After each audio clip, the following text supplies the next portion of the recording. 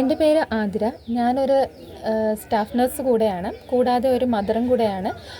After delivery എനിക്ക് നല്ല രീതിയിൽ ഹെയർ ഫോൾ ഉണ്ടായിരുന്നു.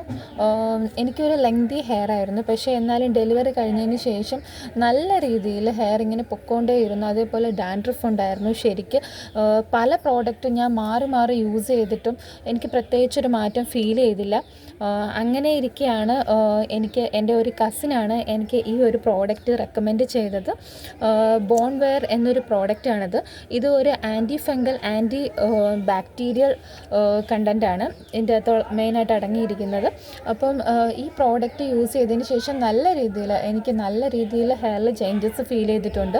ഒരു ടു വീക്സ് തന്നെ ഇത് യൂസ് ചെയ്തപ്പോഴത്തേക്ക് നമുക്ക് ഇതിൻ്റെ ചേഞ്ചസ് കണ്ടു തുടങ്ങിയിട്ട് ഹെയർ നല്ല രീതിയിൽ ഫോളൊക്കെ പ്രിവെൻ്റ് ആയിട്ട് നല്ല രീതിയിൽ ഗ്രോത്ത് ചെയ്യുന്നൊരു ഫീലുണ്ടായി.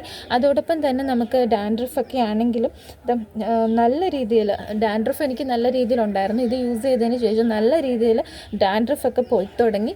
ഇപ്പം നല്ല രീതിയിൽ ഗ്രോത്ത് ചെയ്യുന്നതായിട്ട് എനിക്കിപ്പം 2 മന്തായിട്ടും നല്ല രീതിയിൽ നല്ല ചേഞ്ചസ് എനിക്ക് ഉണ്ട്.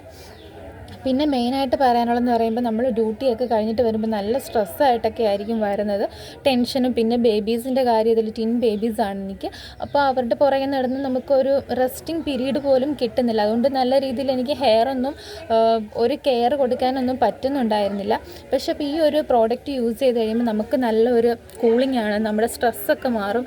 നമുക്ക് എന്തെങ്കിലും ഹെഡേക്കോ ഇപ്പം മൈഗ്രെയിനൊക്കെ ഉള്ളവർക്കാണെങ്കിൽ പോലും ഇത് യൂസ് ചെയ്യുകയാണെങ്കിൽ അവരുടെ ഒരു സിവിയർ ഹെഡേക്കൊക്കെ കുറഞ്ഞിട്ട് നല്ല രീതിയിൽ ഒരു ചേഞ്ചസ്, നമ്മളിത് പറയുന്ന പോലെ ഇത് യൂസ് ചെയ്യുമ്പോൾ മാത്രമേ നമുക്കത് മനസ്സിലാകത്തുള്ളൂ.